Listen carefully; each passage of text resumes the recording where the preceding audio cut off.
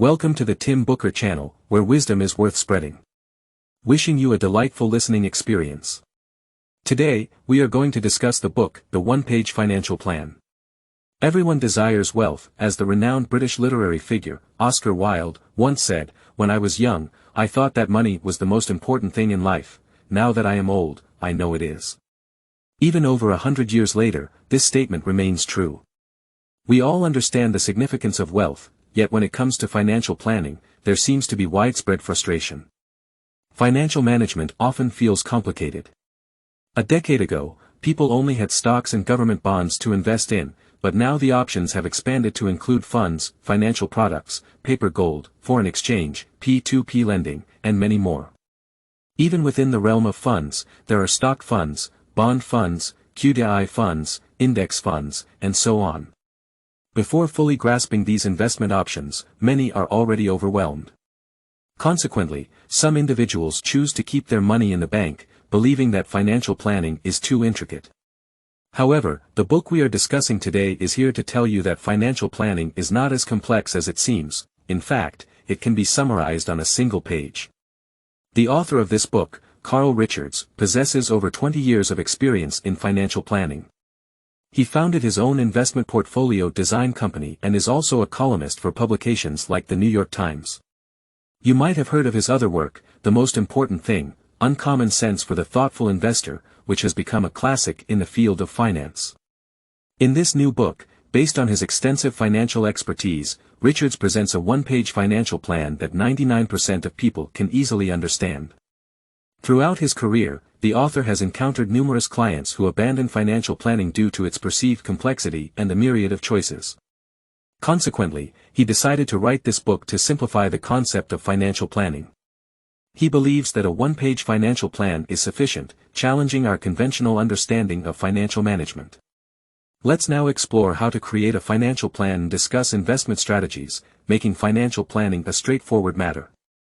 Some may argue that financial planning is just about investing, and that successful investing is not easy.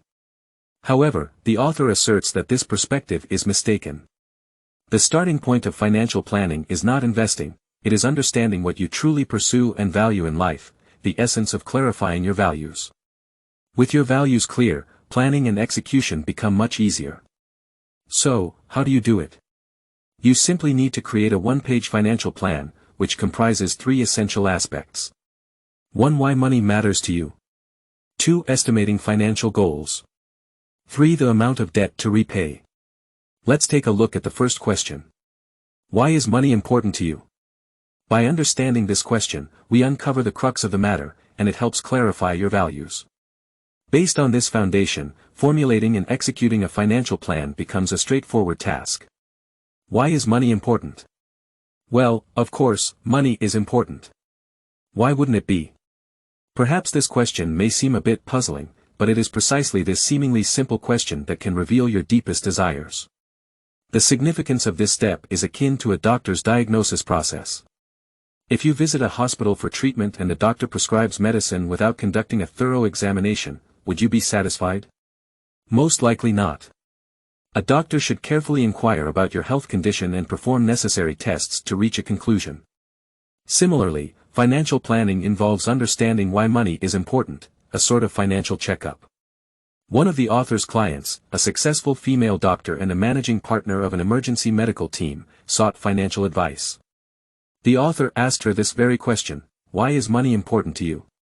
This client, after contemplation, responded with freedom. Who wouldn't desire freedom? But what exactly does freedom mean? The answer was good but somewhat vague. So, the author probed further: what does freedom represent to you? She replied, flexibility. Then, why is flexibility essential? To have more time. If you had more time, what would you do? She finally said, I'd love to have a child. This answer surprised even the client herself, as if she had only just realized the importance of having a child. In our fast-paced and high-intensity work lives, we may not have time to listen to our inner voices, or perhaps we dare not face them. However, in the first step of creating a financial plan, you must recognize what truly matters to you and align your financial plan with your values. A financial plan is not a Wall Street strategy, it is a custom-tailored product for you. Ask yourself what truly matters the most and find your core values to avoid distractions by less important things. As best-selling author Stephen Covey said, when there is a burning passion deep within you, it becomes easier to say no to other things. Now, you can take out a piece of paper and start your one-page financial plan. The first thing you need to write down is, why is money important to you? Next is the second step, estimating your financial goals. In this step, you must remember one crucial point: the future is full of uncertainty, and you can only make rough estimates. Many financial books you have read might advise you to set short-term, medium-term, and long-term goals. However, our book tells you that it's entirely unnecessary. Life simply doesn't unfold according to our expectations. When it comes to future financial situations, what we fear most is uncertainty. Yet, you must accept that uncertainty is a normal part of life. It's like the quote you might have heard from John Lennon, "Life is what happens while you're busy making other plans." In fact, creating a financial plan is a bit like planning a trip. Experienced travelers know that travel plans should not be too rigid or tightly packed with scheduled activities, as even a small hiccup can disrupt everything. It's better to have a general idea of where to go, list a few must-visit places, and leave the rest of the time open for spontaneity. Yes, whether it's traveling or financial planning, we must learn to coexist with uncertainty. Embracing the unknown actually makes things easier. Of course, although you don't need all the details, you still need a general direction. Just like when you go on a trip, you need to know where you're headed. This brings us to the second step, estimating the financial situations you hope to achieve. In the first step, we clarified our values and identified what matters most to us. In the second step, guided by our values, we can set a few goals based on their importance and urgency. Don't worry, these goals are not set in stone, they can be adjusted according to your changing life circumstances. Perhaps your current goals are to buy a sports car in 5 years, travel the world before turning 45, and retire before 60. Let's make rough estimates of how much money each of these goals might require. A sports car might cost around $100,000, traveling the world might need $800,000, and to retire by 60, let's assume you'll need approximately $3 million in savings. Great! Write down these goals and amounts on your one-page financial plan. With that, we have completed the second step, setting our own financial goals. Next comes the third step, understanding how much debt you have. The best way to describe your financial situation is through a balance sheet, which you can create for yourself. Why do many people not know their financial situation well? Is it challenging? Perhaps many people simply don't want to face it. You may not want to recall the installment payments for that iPhone, the credit card debt you accumulated on Black Friday shopping, or the 20-year mortgage you took to buy a house in Los Angeles. However, if you don't have a clear understanding of your financial situation, you will never be able to achieve your goals. Actually, it's not that difficult to do. Regardless of whether you have a financial background, you should have heard of a balance sheet. What we need to do is create your personal balance sheet.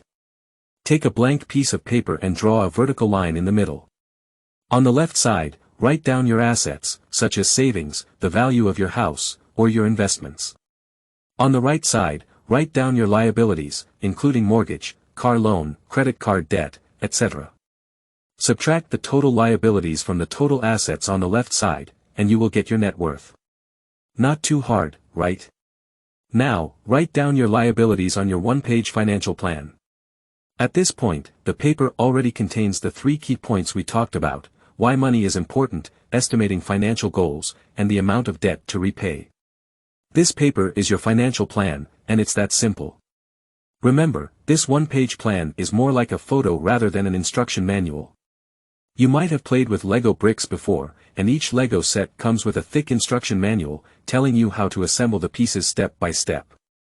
But does it matter if you assembled it correctly? You might still look at the picture on the front of the box to compare. The same goes for this one-page plan. By comparing your plan, you'll know whether you are moving forward or deviating from your direction. Now you might wonder, you have established your values, found your goals, understood reality, and made your financial plan. Shouldn't you learn how to invest now? No, not yet. There's one important thing before investing, and that is knowing where your money comes from. For this, we need to separately look at expenses and savings. Let's start with expenses. By creating a budget and cutting unnecessary expenses, you can accumulate your wealth. There are so many places where we spend money in life. Necessities like food, housing, and transportation cannot be avoided, mortgage payments cannot be skipped, and there are always new gaming consoles, limited edition LV items, or the latest features in mirrorless cameras. You might admit that the constant stream of new products can overwhelm you, but how can you stay focused? The answer, although traditional, is to make a budget.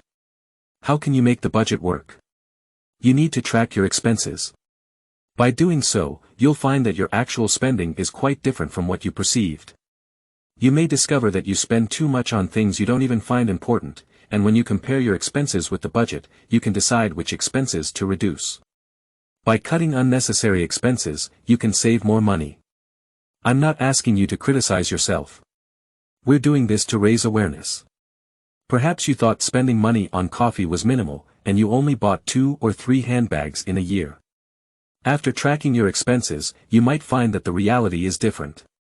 Through tracking, you may realize you spent too much money on handbags when you could have used that money for travel expenses. If you identify areas that need to be changed, you can better evaluate your values and financial goals. Remember, all of this is about improving your financial awareness. Don't be critical of yourself or blame yourself. Next, let's talk about savings. What you need to do is create a savings plan that suits you and start implementing it immediately. You might have read in various financial books about the recommended percentage of income to be saved, but there's no one-size-fits-all standard due to individual priorities and lifestyles. Since you have already crafted your one-page plan, you should be able to determine the most suitable savings level based on your own goals, not what some expert recommends. And then, you should start as early as possible. Whether you're in your 20s or 30s, no matter what happened in the past, take action right away. Nowadays, young people face immense pressure in life. In their 20s, they might be busy paying rent, and in their 30s, they might have taken on a mortgage. Research shows that almost half of Americans couldn't come up with $2,000 within 30 days in case of an emergency. Even if you feel you've fallen behind your goals and wasted too much time, don't think that getting rich overnight will solve everything. The probability of that happening is very low. What you need to do is start saving from now. Alright, now that we've clarified where the money comes from, we can finally discuss how to invest. The entire investment process involves 3 parts. First, whether or not to buy life insurance. Second, any outstanding debts to be repaid. And third, the most crucial point, distinguishing real investment wisdom from speculative frenzy. Let's start with the first point, whether or not to buy life insurance. The core rule to help you decide is simple: if someone relies on you financially, then you need to buy it. What does relying on you mean? In the case of a married couple with both partners having stable jobs and no children, if one partner unfortunately passes away, and the other can maintain a certain standard of living based on their income alone, then it's not considered reliance. However, if there are children or if one partner doesn't have a job, that is considered reliance. Many people are unwilling to talk about insurance, feeling it might upset or make them uncomfortable. But, after all, we are discussing financial planning, and as rational individuals, we should set aside these emotional factors and assess the related financial losses. Suppose you need to buy insurance. How much should you buy? It depends on the extent of the financial loss. The financial loss is not just the deceased's income but also the impact on the surviving partner. For instance, if the annual salary of the deceased is $100,000, and the surviving partner's income decreases by $20,000 due to having to take care of the children while working, then the total loss is $120,000. Next, how do you correspond the loss amount to the insurance coverage? In simple terms, you can apply the 4% rule. Divide the calculated $120,000 by 4%, and the insurance coverage should be $3 million. That concludes the first point, life insurance. Let's now move on to the second point. Do you have any debts to repay? If so, the one and only thing you should do is to pay off the debt. Debt repayment is also a form of investment. There's a saying that goes, those who understand interest earn it, while those who don't understand interest pay it. What does it mean? Let's take an example. Previously, we mentioned that you took on a 20-year mortgage to buy a house, with an interest rate of 5%. Now, draw a circle and label it with 5% inside. Next to the circle, draw a square and think about the rate of return you believe you can achieve through investments. Let's say 8%, so write 8% inside the square, and put a question mark next to it. Now, you have a choice between a guaranteed 5% investment and a potential 8% return, but with uncertainty about its realization. By now, you should understand that since investment returns in reality are uncertain, paying off debt is an excellent investment. Moving on, let's look at the last and most crucial point, which is distinguishing true investment wisdom from speculative frenzy. People have different understandings of personal finance, and their financial plans vary. However, there's one thing on which most people can agree: disappointment with the stock market. When it comes to financial planning, many still think about which stocks to recommend or which industries are doing well recently. You might have heard of people who, based on rumors from distant acquaintances, friends, colleagues, and colleagues' acquaintances, put all their money, and sometimes even borrowed from friends, into a particular stock. How did it end? Not many stories of them making significant profits. In the 1990s, during the tech stock frenzy, the author himself spent $10,000 to buy a tech stock against the advice of Chinese people. At that time, it was considered a substantial sum. However, when the tech stock frenzy subsided, the investment value reduced to $81. Looking back at the US stock market, the overall market was rising, so what went wrong? Why did investors lose money despite the market's growth? The reason lies in the confusion between investment and speculation. A little personal understanding of individual stocks cannot guarantee returns. In investment, you should remember these principles. 1. Diversify your investment portfolio. 2. Maintain low costs. 3. There is always a correlation between risk and return. Diversification is well understood by everyone. The classic philosophy of finance advises not to put all your eggs in one basket. Low costs are essential because there are numerous uncertain factors in investments, such as changes in fund managers, fund company ownership structures, policy impacts, company performance declines, and so on. Any tiny factor can affect the final returns. However, there's one thing that is certain and unchanging, which is costs. For example, the average management fee of a typical stock fund is 1.5%, while an index fund has a management fee of only 1%. So, without further ado, go for the index fund. Lastly, the relationship between risk and return is well known. To achieve higher returns, you have to be prepared to take on higher risks. In other words, if you want to make big money, be mentally prepared to potentially lose big money. These 3 principles are the fundamentals of investment. We have learned the principles, and now you may wonder about specific investment strategies. I'm sorry, but there is no one-size-fits-all detailed plan that everyone can use. The reason is evident: each person's needs and financial situations differ, so financial plans should be tailored accordingly. However, if you want a general idea, there is a principle that can be useful, which is the default allocation used by institutional investors, and it has been historically verified. It's called the 60-40 rule, meaning you allocate 60% of your investments to stocks and 40% to bonds. This default allocation can potentially yield higher returns than what most people achieve, and it's crucial to stick with this allocation. To follow this principle, you need to rebalance your portfolio annually. For example, if you started with a $1,000 investment, $600 in stocks, and $400 in bonds, after a year, suppose stocks have risen to $700, breaking the 60-40 allocation. In that case, you should sell some stocks and buy more bonds to restore the proper balance. If stocks have declined, you would do the opposite: sell bonds and buy stocks. Once you have a well-balanced investment, that's all you need to do. From here on, you can sit back and relax. Yes, you heard it right, don't be too eager, be a bit lazy. The interesting thing about investing is that the less you do, the better the outcome. As Warren Buffett said, our signature investment process is one of benign neglect. Investing is like planting a big tree, and now you just need to enjoy the shade it provides. If you still feel uncertain about personal finance after all this, don't worry, many people share the same concerns. To put your mind at ease, let me offer you a few comforting words. Based on the author's over 20 years of financial experience, there are 2 sentences to keep in mind, which will give you the courage to take action. First, the problem is not as severe as it seems. You might feel terrible right now, with no house and no savings, but take a deep breath. you still have a chance. Second, our troubles are similar. While each person's circumstances may seem different, in reality, we all seek similar things: happiness, security, and stability.